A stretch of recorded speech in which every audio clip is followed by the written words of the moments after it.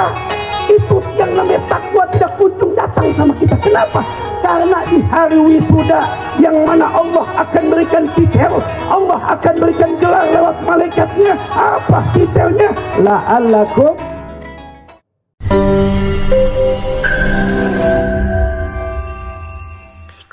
Fitri. Enak. Ini kira-kira kemarin ente pada Idul Fitri apa Lebaran? Oi, kemarin Idul Fitri apa Lebaran? Lebaran itu. Karena yang benar beda antara Idul Fitri sama Lebaran. Kalau katanya kemarin semua rata-rata Idul Fitri, ini yang hadir penuh, bisa 10 kali lipat. Kenapa? Karena Idul Fitri benar semua. Ya karena kemarin banyakkan Lebaran, ya begini ngajinya anggot-anggotan, terpenuh terkagak, terpenuh terkagak. Coba, lah sekarang bagaimana kemarin kalian mau dapat Idul Fitri di hari raya yang 29 malam kalian harusnya terjaga, begitu hari raya kalian wisuda, harusnya wisuda di hari raya. Kapan jam wisudanya? Pas sholat subuh. Anak tanya, jawab yang jujur.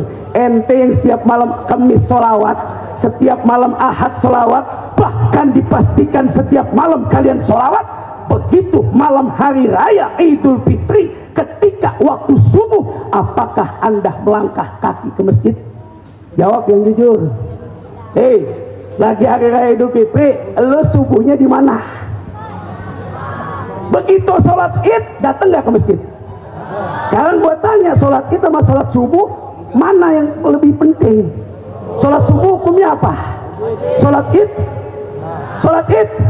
Kenapa lu datangnya sholat id?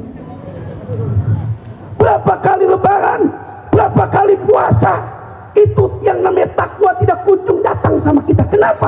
Karena di hari wisuda yang mana Allah akan berikan titel, Allah akan berikan gelar lewat malaikatnya. Apa titelnya? La'allakum. Ini waktu subuh yang ajan dia, yang qomat dia, yang imam dia, yang makmum tiang mik. Makanya saya suka ngimbau sama DKM. Ini penting nih buat kalian nih. Karena kalian saya yakin jadi muazin, jadi Bilal ketika terawih malam pertama sampai malam 28 penuh. Subuh pun saya yakin dari malam pertama sampai 29 itu minimal 5 saf. Tapi kenapa di hari kemenangan, di hari Idul Fitri, di hari raya subuhnya sepi?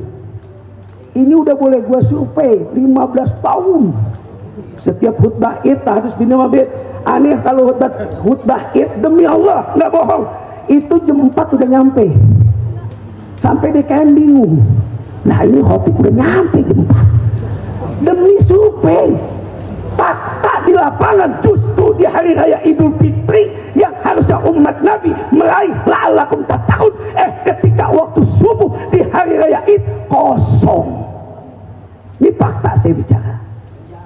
Begitu udah setengah 6, jam 6 baru pada nyampe. Saya bingung gitu.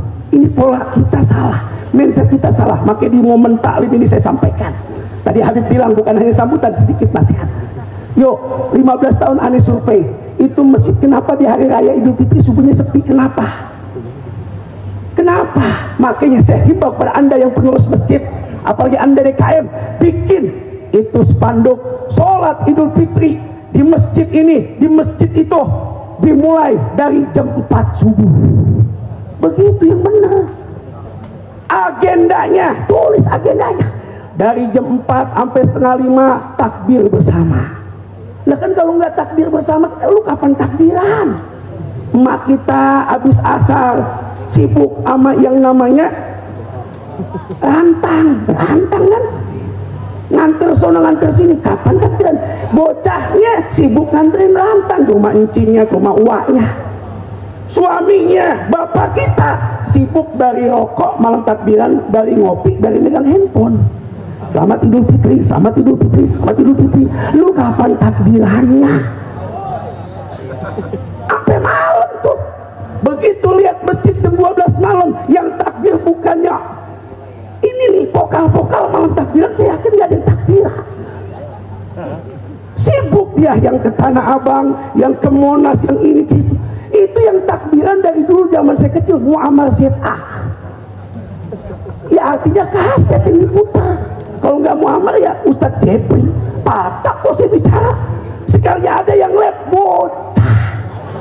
Bener-bener. Lu kemana baik? Wajar kalau takwa tidak datang sama kita. Yang harusnya di hari raya Id, kata Nabi, kata Allah, bahkan perbanyak takbir. Ini kagak. Habis asar kita sibuk, habis maghrib kita sibuk, malamnya kita ngantuk. Begitu jam 3 kita bangun, pantasnya habis tahajud kita pergi ke masjid, subuh jamaah kita takbiran. Ini enggak, udah ajan as-salatu khairum minan naum atau hayya 'alas shalah, diem di rumah. Bukan kesiangan, bukan. Emak lu bangun jam 3, yang kemarin mas sahur sekarang ganti meriska baju. Meriska baju niatnya bukan buat sholat subuh, tapi buat sholat Id. Ngapa lu bertawa? Bapak lu nih, bapak lu lagi-lagi ngopi sama ngerokok, beli megang handphone, selamat Idul Fitri, selamat Idul Fitri. Nah lu bocahnya masih bungka. Malu bangunin dah jam 5:30. Ini kacau di kita hadirin. Begitu 4:30 sampai jam 5 subuh bersama. Begitu dari jam 5 sampai jam 6 takbiran lagi. Nah jam 6 siap-siap sholat Id. 6:30 khotib imam naik sholat Id. Nah khotib jam 7 pulang, jam 7:15 selesai. Jadi gak asik kita sholat Id. Ini sholat Id jam 7 lewat. Khutbah berdiri ditinggal kabur. Begitu sambutan wali kota, orang kagak ada lu dengerin. Lu goblok bener. Bener. Sambutan wali kota didengerin, laporan masjid didengerin. Begitu khotib baru alhamdulillah, ibu-ibu udah gulung sejadah, alhamdulillah muka mukena, alhamdulillah pakai sendal, kabur, kagak sah lu sholat Id. Udah subuhnya kagak ke masjid, sholat Id khutbah lu kagak dengerin. Begitu datang rumah orang tua nangis paling dulu. Lah puasa kagak, tarawih bolong-bolong. Sekalinya datang tarawih ke musola Al-Arif, masjid Al-Arif. Siapa yang tarawih? Apa yang imam? Ustadz Jajuli. Lah lama dia mah. Giran Ustadz Jajuli yang lama dia kagak jadi tarawih. Atau ditanya nih tarawih berapa? 8 apa 20? Ini mah 20. Kagak jadi, nyari yang 8. Tapi urusan tarawih mau 8 benar, 20 benar. Yang kagak benar yang kagak tarawih. Nggak usah ribut. Ini penting saya sampaikan hadirin. Ente generasi muda, pasukan capung jarum semua, yuk persiapkan dari sekarang mental kalian. Besok kalau masuk hari raya Idul, baik Idul Fitri, besok nih Idul Adha, kurang lebih sebulan setengah lagi masuk Idul Adha. Besok sholat Idul Adha jam 4 kudu sampai ke masjid. Sanggup? Kok sepi jawab nih, 10 orang yang jawab nih. Kira-kira besok Idul Adha kalian datang jam 4 siap? Siap sholat Idul Adha jam 4? Kan begitu enak. Jangan sholat jam 6 baru kumpul. Islam tuh kudu begitu. Intinya kalau yang namanya dakwah pengen sukses, dakwah pengen berhasil, majlis sukses, majlis berhasil, itu adalah ketika orang yang datang ke majlis, dia pulang dari majlis menghidupkan sholat subuh berjamaah di masjid dan di musola. Dulu Ani Nurul Mustafa dari kecil, ya karena udah tua, udah punya cucu 24 dari anak santri, berarti kan udah tua, rambut udah ubanan. Ana wallah wan nabi, di mana Nurul Mustafa saya hadir. Betul, wallah wan nabi, di mana Nurul saya hadir. Saya tabarukkan kepada Habibana al-Mahbub Al-Habib Hasan bin Ja'far bin Umar bin Asgab. Insya Allah beliau sekarang udah bersama Sayyidina Muhammad. Karena ketika wafatnya beliau, posisi saya masih ada di Mekah Al-Mukarramah. Malamnya saya nonton YouTube. Kenapa tuh pas saya buka YouTube terbuka sholawat ya Sayyidi Sadat. Saya dengerin itu ya Sayyidi Sadat. Sampai saya kepulasan. Bangun jam 2:30 sahur. Habis sahur tuh sholat subuh. Habis sholat subuh kebiasaan buruk saya tidur lagi.